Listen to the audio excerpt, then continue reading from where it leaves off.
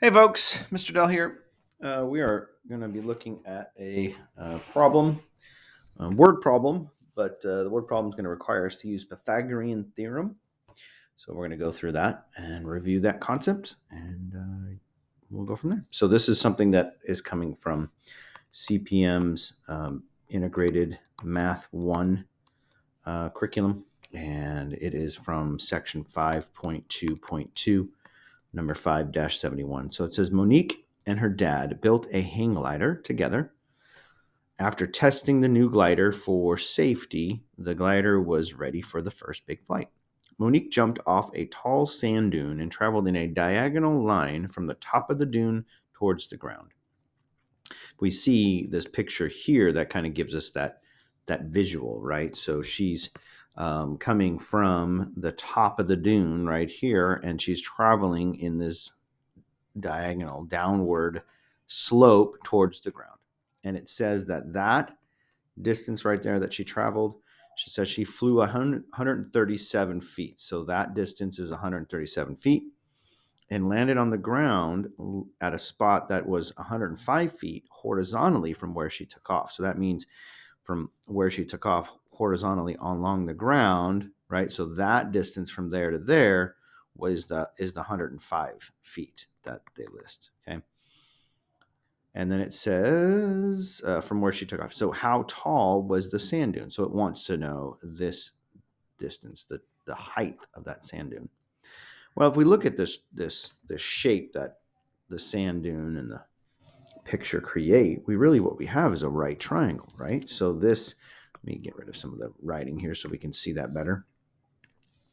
So 105 feet. So we can see that right here is a right angle because that's the height. Height and base of a triangle always create this right angle, this 90-degree angle. And then this would be considered the hypotenuse of that triangle, right? So if we know two sides, and I know two sides, I know that this side here, get that closer, is 137. And we know this side, 137 feet, and this side here is 105 feet. All I'm doing is missing this side. So I can use Pythagorean theorem. Remember, Pythagorean theorem says that if you take the square of the legs, so a squared plus b squared, so, or we could say, let me actually write that, the square of the legs, right? One leg squared, should say leg squared, plus the other leg squared, right? You take both legs and you square their values. That would equal the hypotenuse squared, right? The square. So one of the things we've heard is this a squared plus b squared is equal to c squared. That's the actual formula, if you will, for Pythagorean theorem. Oops, get my pen there.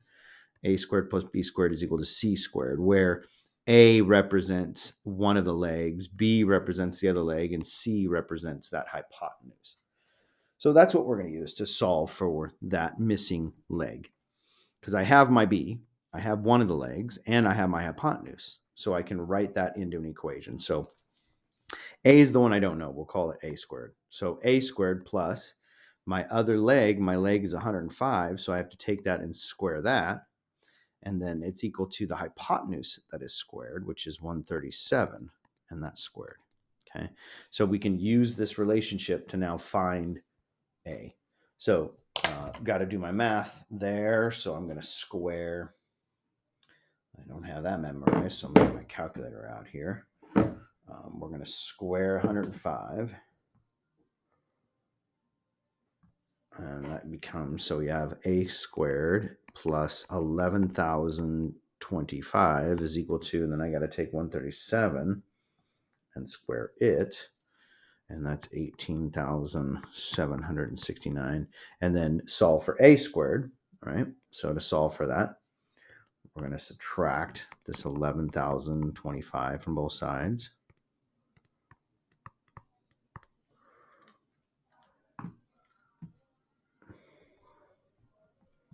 And that gives us it gives us 7,744. So that's my a squared, right? So what I'm saying is a squared, something times something, a times a, two numbers being multiplied together would give you this 7,744. So I've got to use this function square root, right? So the inverse of squared is square root. So that's the next step here is what we do is we square root both sides of this equation to get my a value. So I've got to figure out what is the square root of that. So when I do that in my calculator, I get 88. So the square root of 7,744 is 88. So that tells me my a, or this value here, that height is 88, right? So that's how tall. So the sand dune, we would say the sand dune is 88, and my measurement was feet tall.